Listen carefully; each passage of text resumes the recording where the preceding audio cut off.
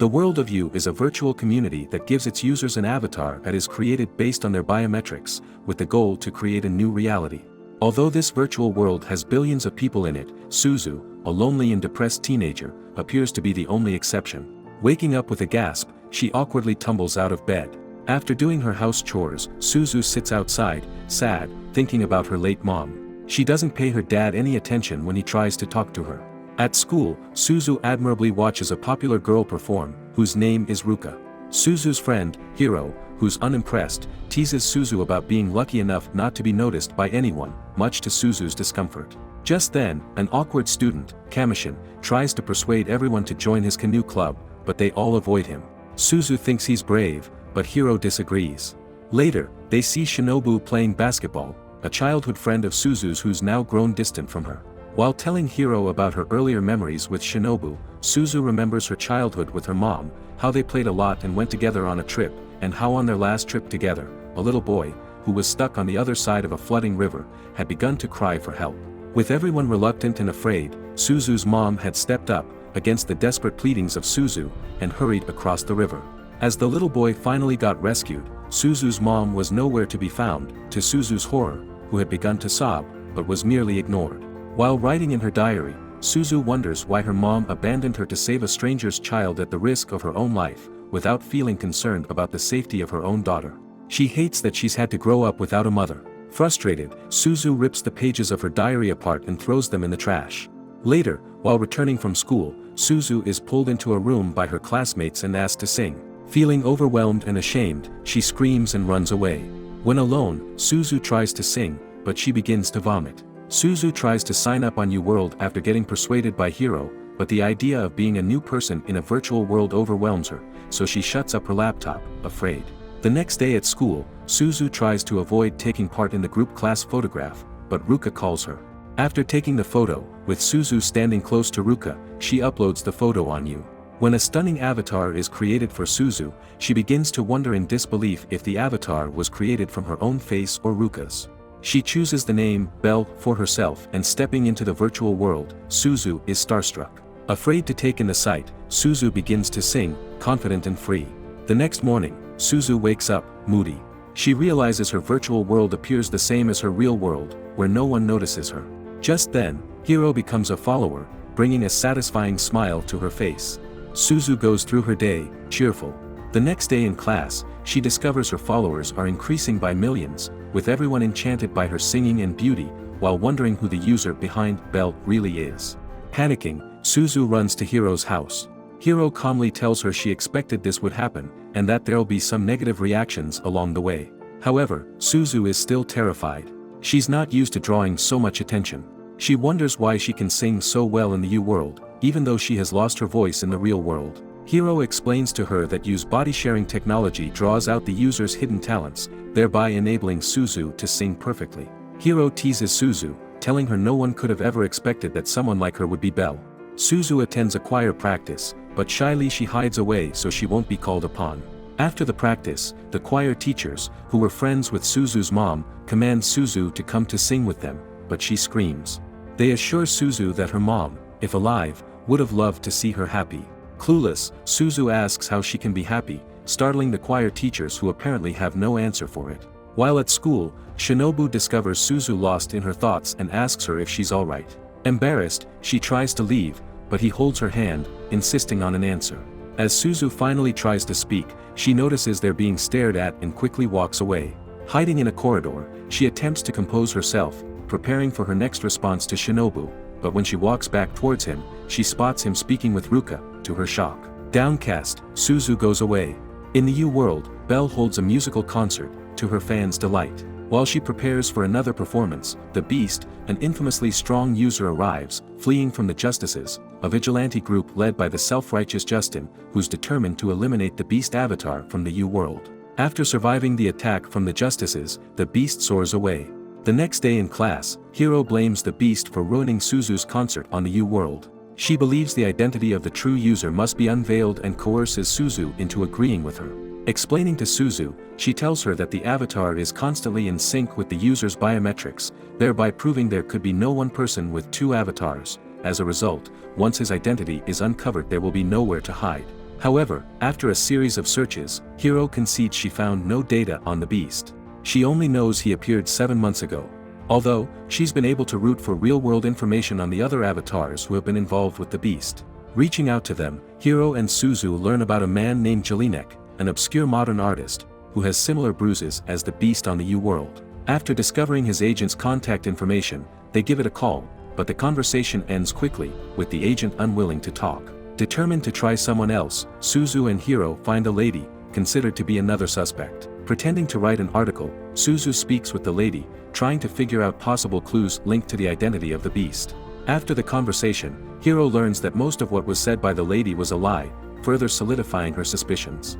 Suzu watches a discussion on TV about an MLB player who's considered secretive and suspected of being violent, as a result of keeping to himself. Suzu suspects he could be the beast. Checking through her phone, Suzu learns more information about the beast, as it's speculated that he has a hideout in the U-World, called the Castle. Suzu soon comes across a video of a man and his 2 teenage sons, with one of the boys looking dark and withdrawn. The next day in a restaurant, Hiro shows Suzu a video of Jelinek, speaking to the press at a funeral, where he claims to have drawn a tattoo around the bruises he got from an accident, dedicating it in honor of his deceased lover. Getting uncomfortable, Suzu asks Hiro that they stay away from Jelinek, seeing his motive for drawing his tattoo was not as expected. However, Hiro tells Suzu she's being gullible, convinced that Jelinek is hiding a big secret. When Suzu teases Hiro about her own secrets and jokes about exposing them, Hiro, in a desperate bid to prove a point, kids that her mom will pass on if she learns about her secrets, triggering the memory of Suzu's own mother's passing. As Hiro hurriedly apologizes, Suzu says it's alright, admitting she feels bad because she stopped communicating with her dad after the passing of her mom. Returning to the U-World, Suzu, who's back to being Belle, tries to find the castle of the beast. After getting misled by some supposed AI, Suzu finally locates the castle through the guidance of an angel avatar. While checking through some flowers, the beast shows up and commands Belle to leave. However, she refuses, determined to know who the user is. While threatening Suzu, the angel returns and leads the beast away, with Belle trailing on. Arriving outside the castle, the beast soothes the angel, assuring it everything will be okay. Belle looks confused. She'd expected to see a different side of the beast. Back at the choir practice, the teachers notice Suzu is noticeably quiet. When one of the choir teachers accuses her of being in love with a bad boy, Suzu stutters for words, ashamed. The teacher suggests she buys him a gift, against her denial. Finally, one teacher advises Suzu to write him a love song, but Suzu gapes at them, starstruck. Walking home, Suzu contemplates writing the love song, then as she begins to sing, she recalls her encounter with the beast. After singing an impressive song, Suzu checks her phone to discover several hundred texts in her group inbox, with gossip about her holding hands with Shinobu the other day at school. They all allege her of taking a fancy to him. Alarmed, Suzu runs to Hiro's home. After awkwardly falling down, Hiro assures Suzu she's put the rumors to rest. She adds that everyone reacted surprised because Suzu is known as a depressed student, unlike Ruka, who's everyone's idol. Just then, Suzu gets a text from Ruka, asking to talk. Hiro, suspicious, thinks Ruka started the rumor about her and Shinobu, assuming she might be interested in him herself. However, Suzu argues for the possibility of it. Later, while returning home, Suzu comes across Kamishin, paddling across the river, training for his next competition. While observing him, Shinobu appears. Apparently, he's friends with Kamishin and he's been waiting for him to be done training. Observing the worrisome look on Suzu's face, Shinobu asks her what's wrong. Obviously, he's unaware of the earlier texts about Suzu and him. Shyly, Suzu stutters, trying to find the confidence to explain to him. Just then, Kamishin emerges and interrupts their conversation. He brags about qualifying for the nationals, to Suzu's amazement. After declaring she's been secretly supporting him, Kamishin blushes. When Suzu and Shinobu resume their conversation, Suzu tells him he doesn't have to waste his time worrying about her anymore, and running off she texts Ruka, telling her she's ready for their conversation. She assumes Ruka wishes to tell her about her feelings for Shinobu. Nonetheless, Suzu begins to cry, devastated. Back in the U-World, Belle goes into the beast's room. When she finds the beast looking sullen, she asks about his bruises, but he gets angry and commands her to leave, feeling self-conscious. When Belle proves stubborn, the beast roars ferociously at her. Terrified, Belle finally runs off. While returning from the castle, and still very shaken, Belle comes across the justices. As they demand to know where she's been and if she came across the beast, Belle starts to get uncomfortable, sensing the justices are more of a menace than heroes. As Belle tries to flee, she gets caught, and right then is realized to be the famous Belle singer. Justin, though, doesn't seem to care. He wonders who the user behind Belle is, and as he attempts to blast her, the beast comes charging in and saves Belle. Quickly, the justices chase after them, attacking the beast relentlessly. After crashing into a building, the beast vanishes and returns Belle to the castle, wounded and exhausted. When the beast again tells her to stay away, Belle refuses. She touches him bravely, and thanking him, she assures him she knows of his pain. Later, Belle begins to sing for the beast. Just as she concludes her song, the beast begins to tremble. Afraid for him, Belle asks to know who the beast user really is. The next day in class, Hiro tells Suzu that most people are in support of getting the beast removed from the U-World, as they consider him responsible for disturbing Belle's concert and scaring her off. Solemn, Suzu tells Hiro that she intends to leave the beast alone, as she sees no point in exposing the user's identity.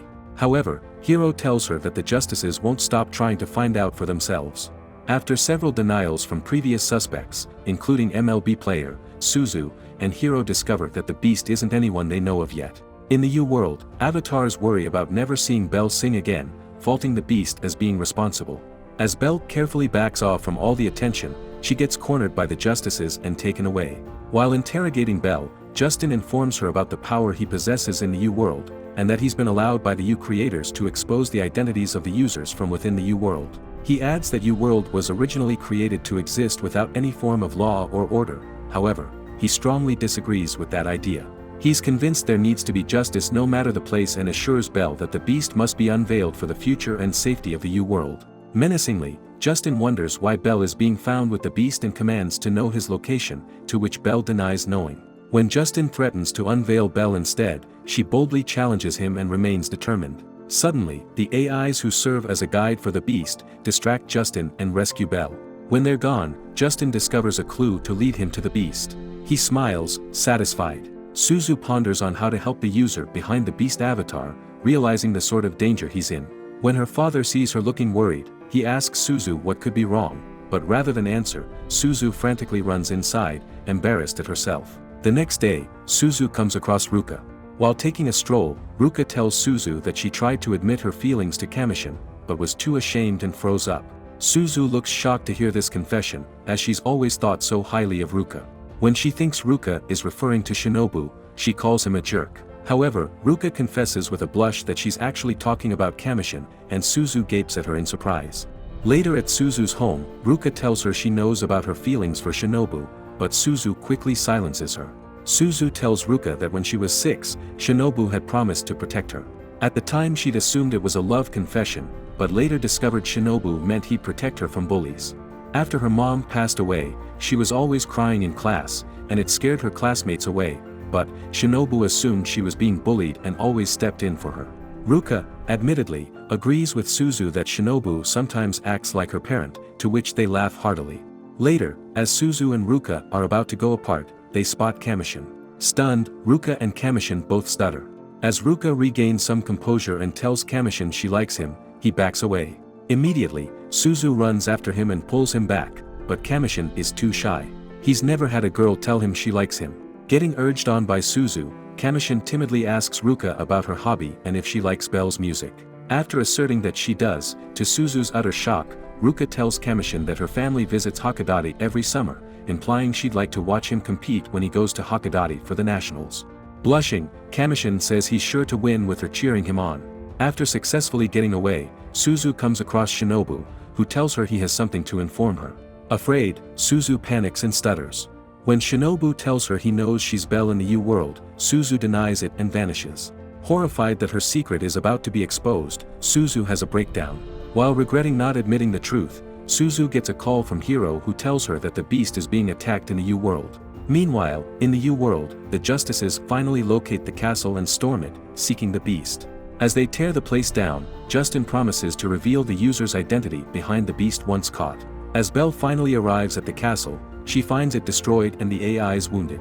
After Justin threatens to set fire to the castle, an AI shows Belle a secret passageway leading to the beast. When Belle eventually finds the beast, she suggests they run away together. However, the beast assures her everything will be all right, adding that he can't reveal his true identity before taking off alone. In the meantime, Kamishin shows Ruka a video of the castle getting burned in the U-World. Just then, Shinobu comes in and asks if they know Suzu's whereabouts.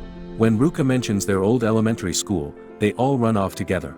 As Suzu runs in, breathless, Hiro tells her she's been searching for the beast's true user but can't find anything. Meanwhile, Suzu returns to the U-world in the form of Belle, calling desperately for the beast. When the other avatars notice her, they swarm around her, asking her to sing. In the real world, the choir teachers realize Suzu's identity is about to get compromised. As they've known all along that she's Belle, they decide to intervene. Suzu thinks really hard about who the beast's user really could be. She considers all the earlier suspects, who complained about being lonely or having scars as a result of surgeries and accidents, and compares it to the beast. Remembering the beast avatar has traces of scars, Suzu figures it can only mean that the user's physical body also has scars, since the U device is designed to trace the biometrics of a person. She recalls his scars were throbbing when she touched him, and that he had the eyes of a child behind his intimidating appearance. Suddenly, it dawns on Suzu that the beast could actually be a child. Just then, she begins to hear a hum of her song with the beast. Quickly, she asks Hiro to check for its origin. After finally spotting the video, Suzu recalls seeing him in a previous video with his father and solemn brother. Zooming in on the boy, whose name is Tomo, they realize he's singing for Belle. Hiro, confused, wonders if the boy is the beast, but Suzu is skeptical.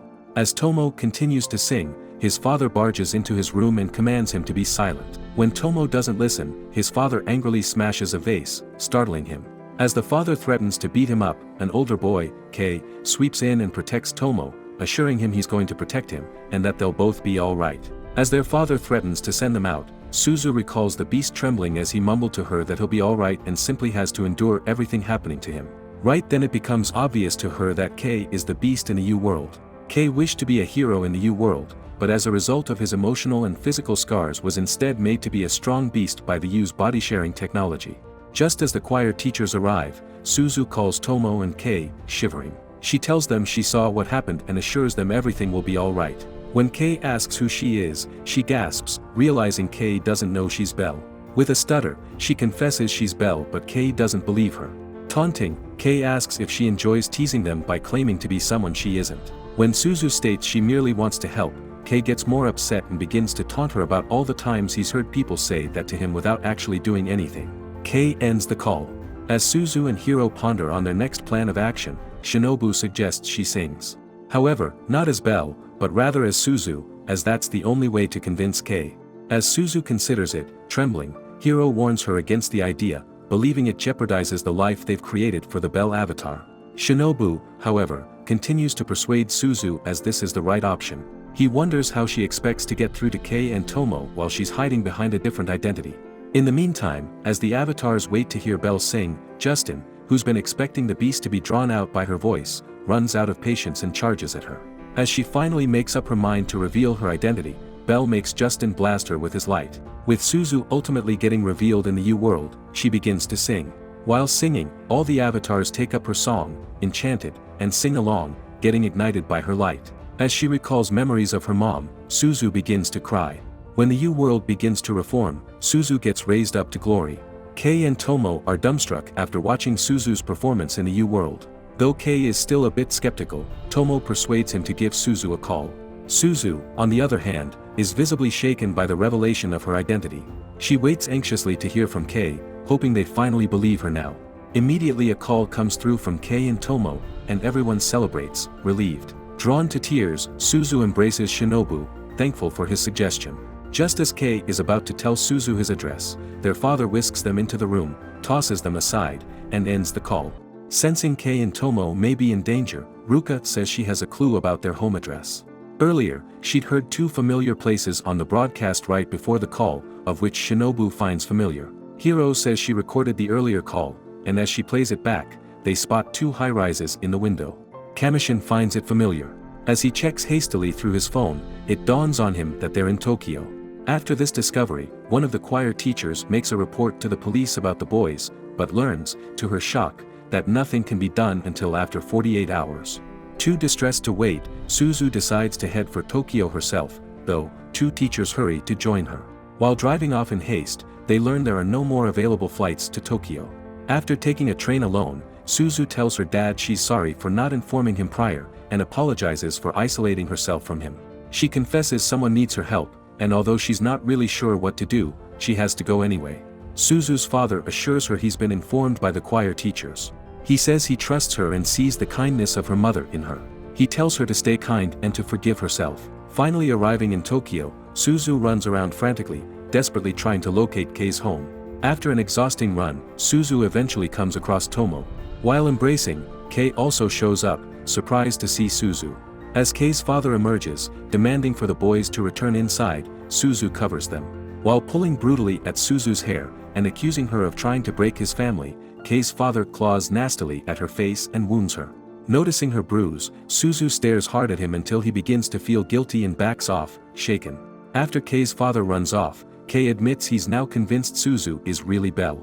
He adds that he's wanted to meet her from the start, to which she also admits. Feeling relieved, they all embrace. The next day, Suzu returns to find her dad waiting at the train station. Awkwardly, he asks if she'll like to have dinner with him, knowing she's always had a habit of avoiding him. With a smile, Suzu agrees. She tells him she's back to her normal self. Just then, everyone welcomes her warmly. Later, while heading home, Shinobu compliments Suzu for going to Tokyo to help Kei and Tomo. He says since he's now convinced she can handle herself, he's interested in going out with her sometime, to which she sounds delighted. When the choir teachers begin to ponder over who should lead the song at their concert, they all conclude that Suzu should lead and finally, she agrees, beaming with a smile.